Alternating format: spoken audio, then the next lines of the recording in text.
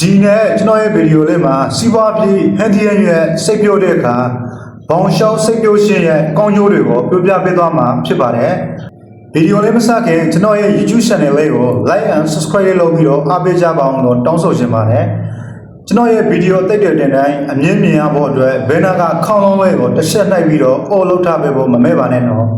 Let's go! Hello အားလုံးပဲမင်္ဂလာပါ Onizo Agriculture blog ကနေကြိုဆိုပါရစေဒီနေ့ကျွန်တော်ရဲ့ဗီဒီယိုလေးမှာစီးပွားပြေးဟန်ဒီယန်ရဲ့စိတ်ပြောတဲ့အခါစိတ်ပေါင်တွေကို plastic ဘောင်ရှော့လိုက်နဲ့ဖုံးအုပ်ပြီးစိတ်ပြောရှင်းကြောင်းရရှိနေတဲ့ကောင်းကျိုးတွေကိုပြောပြပေးသွားမှာဖြစ်ပါတယ်နံပါတ်1ကတော့မိုးဓာတ်ရိုက်ထိမှန်မှုကိုကာကွယ်ပေးပါတယ်စိတ်ပေါင်တွေကိုဘောင်ရှော့လိုက်နဲ့ဖုံးအုပ်ထားတဲ့အတွက်မိုးဓာတ်ရိုက်မထိမှန်တော့စိတ်ပေါင်ပျက်စီးမှုကိုကာကွယ်ပေးပါတယ်နံပါတ်2ကတော့မြူစီလာတိတ်သွေးမှုကိုကာကွယ်ပေးပါတယ်စိတ်ပေါင်တွေကိုဘောင်ရှော့လိုက်နဲ့ဖုံးအုပ်ထားတဲ့အခါမိုးဓာတ်ရိုက်ထိမှန်ပြီးစိတ်ပေါင်ထွေးသောမိုးရေတွေမဝင်ရောက်နိုင်တဲ့အတွက်မြူစီလာတိတ်သွေးမှုကိုယိုနေစေပါတယ်နံပါတ်3ကတော့မြေအစိုးဓာတ်ကိုထိမ့်သိမ့်ပေးပါတယ်ရင်ငွေ့ပြန်မှုကိုဘောင်ရှော့ကထိုင်ထားပေးတဲ့အတွက်ရင်ငွေ့ပြန်လည်မှုမရှိတော့ပဲအစိုးရကိုထိုင်သိမ့်ပေးတာကိုဆိုလိုတာပါနံပါတ်4ကတော့ရေဝတ်မှုကိုယုံနေစေပါတယ်စိတ်ပေါင်ပို့ပြီးဘောင်ရှော့လိုက်နဲ့ဖုံးအုပ်ထားတဲ့အတွက်မိုးများရင်တော့စိတ်ပေါင်ကြားမြောင်းတွေကနေတဆင့်ရေအလွယ်တကူစီးဆင်းရလွယ်တဲ့အတွက်ရေမဝတ်တော့ပါဘူးနံပါတ်5ကတော့မြေဥစာစီးပြုံမှုကိုယုံနေစေပါတယ်မြေဥစာတွေဆိုတာအပူရှင်ကြောင့်အငွဲ့ပြန်တယ်လို့မိုးရွာတဲ့အခါမိုးရေတွေကြောင့်လည်းစီးပြုံမှုကိုဖြစ်ပေါ်စေပါတယ်စိတ်ပေါင်တွေကိုဘောင်ရှော့လိုက်နဲ့ဖုံးအုပ်ထားတဲ့အတွက်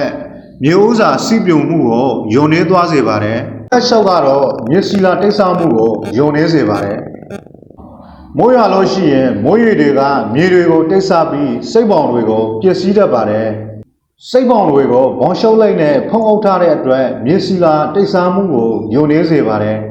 နံပါတ်9ကတော့ပေါင်းမွင့်တွေပေါ်ရောက်မှုကိုယုံနေစေပါတယ်။ဘာဖြစ်လို့လဲဆိုရင်တော့ပေါ်ရောက်လာမဲ့ပေါင်းမွင့်တွေကိုမရှင်းသန်လာအောင်နဲ့ပေါင်းမွင့်တွေအစာရှစ်လုပ်တဲ့အခါအထူးကအရေးကြီးတဲ့အလင်းရောင်ကိုမရရှိနိုင်အောင်ဘောင်ရှော့လိုက်နဲ့ဖုံးအုပ်ထားတဲ့အတွက်ကြောင့်ဖြစ်ပါတယ်။နံပါတ်10ကတော့အပင်ငယ်စိမ်းမှာစုပ်စားဖို့တွေကြာရောက်မှုကိုယုံနေစေပြီးအပင်ရှင်သန်ကြီးထွားမှုကိုပုံမကောင်းမွန်စေပါတယ်။ဘာဖြစ်လို့လဲဆိုရင်တော့ဘောင်ရှော့လိုက်ရဲ့အပေါ်ဘက်ခေးအောင်ကရောင်ပြန်ဟတ်တဲ့အတွက်ပိုးမွားတဲ့ကြာရောက်မှုကိုယုံနေသွားစေတာဖြစ်တဲ့အတွက်ကြောင့်ပါနောက်ဆုံးအချက်အနေနဲ့ကတော့ဘောင်ရှော့လိုက်အထူကိုအသုံးပြုမယ်ဆိုရင်နှွေးမိုးဆောင်300သည်ဆက်တိုက်အသုံးပြုနိုင်ပါတယ်